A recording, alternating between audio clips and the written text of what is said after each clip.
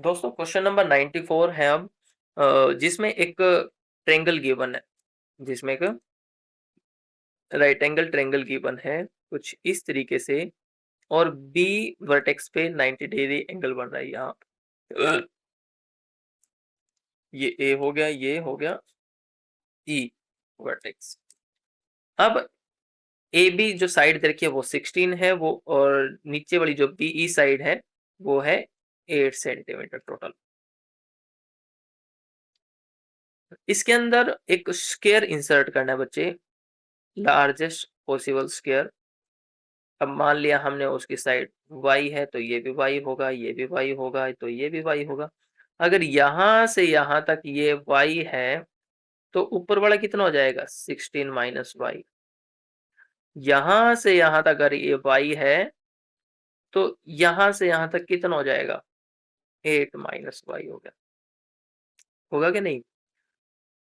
अब यहां से इसको ध्यान से देखते हैं तो इस स्क्वायर का नाम भी दे रखा है एफ डी जी बी।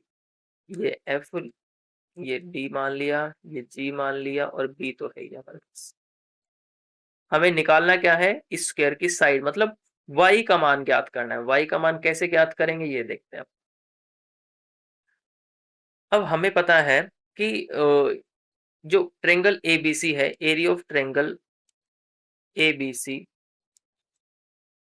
किसके इक्वल होगा। अगर हम इस ट्रेंगल का, इस ट्रेंगल का और इस स्क्वायर का एरिया ऐड करते तो पूरी ट्रेंगल के एरिया के इक्वल आ जाएगा।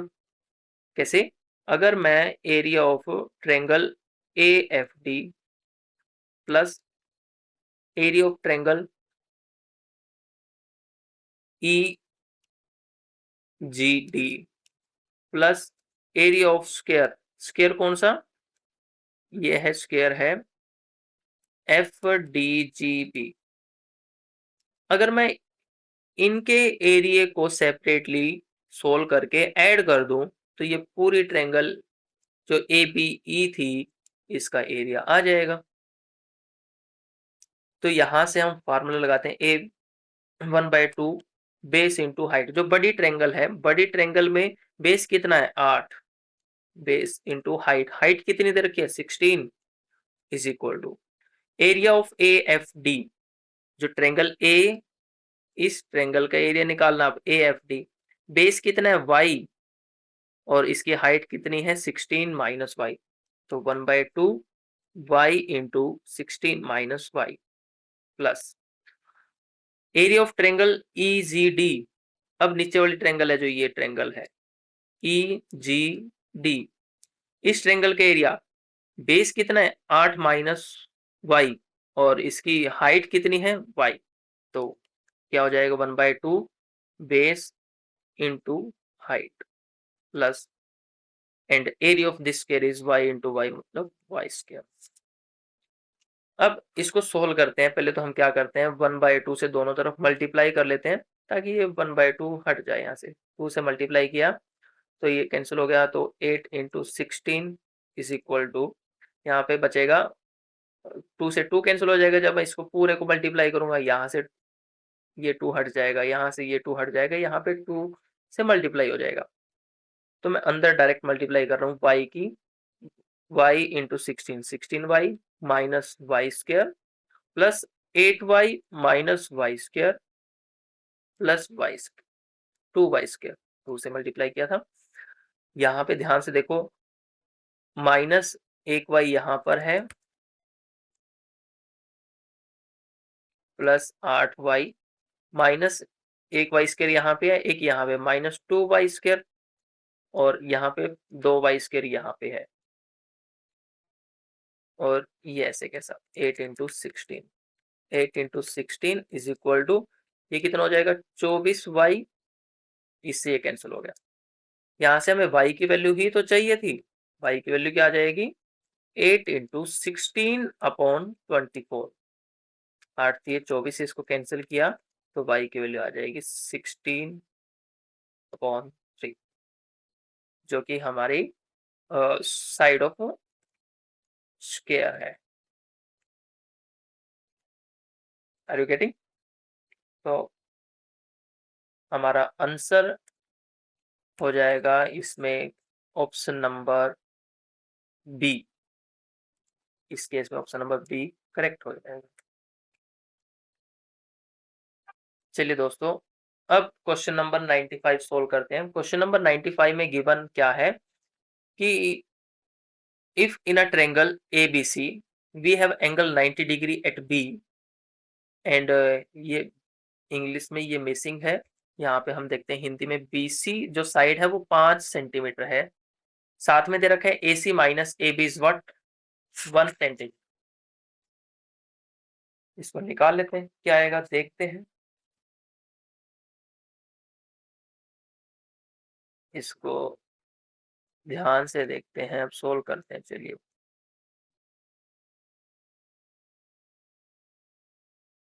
क्या दे रखा है, ट्रायंगल ABC है,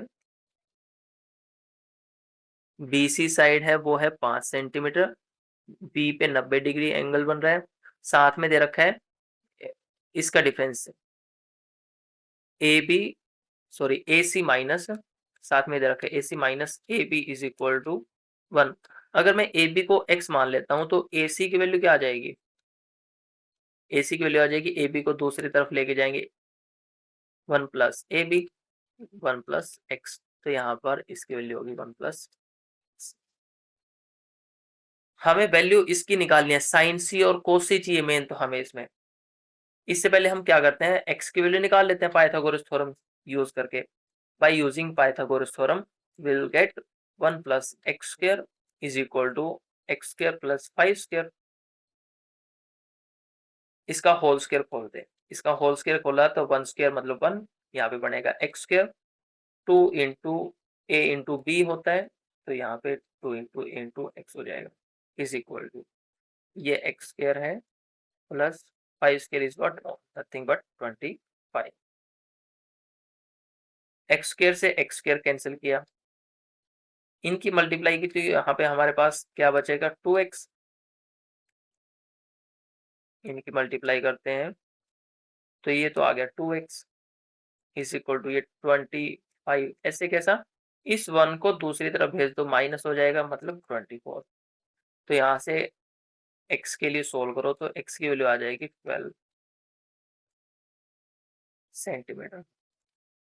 तो हमारे पास अब तीनों साइड आ गई ट्रायंगल की, तीनों साइड कौन सी, x की वैल्यू कितनी आ गई 12, x की वैल्यू आ गई 12 सेंटीमीटर, तो ये कितना हो जाएगा हाइपोटेनियस 13 सेंटीमीटर। अब हमें निकालना क्या है, 1 plus sine C over 1 plus sine sorry 1 plus cos of C, ये चीज निकालनी है। इसको सोल्व करके देखते हैं, पहले हम साइन सी की वैल्यू निकालते हैं। एंगल ये है साइन सी, साइन सी किसके इक्वल आ जाएगा P upon H, here P is what 12 and H is what 30। cos of C किसके इक्वल आएगा B अपॉन H, इसकी वैल्यू क्या है 5 अपॉन 13। अब हम जो साइन सी है और cos C इन दोनों की वैल्यू मिल चुकी है, इसमें रखते हैं 1 upon sine C is what 12 upon 13।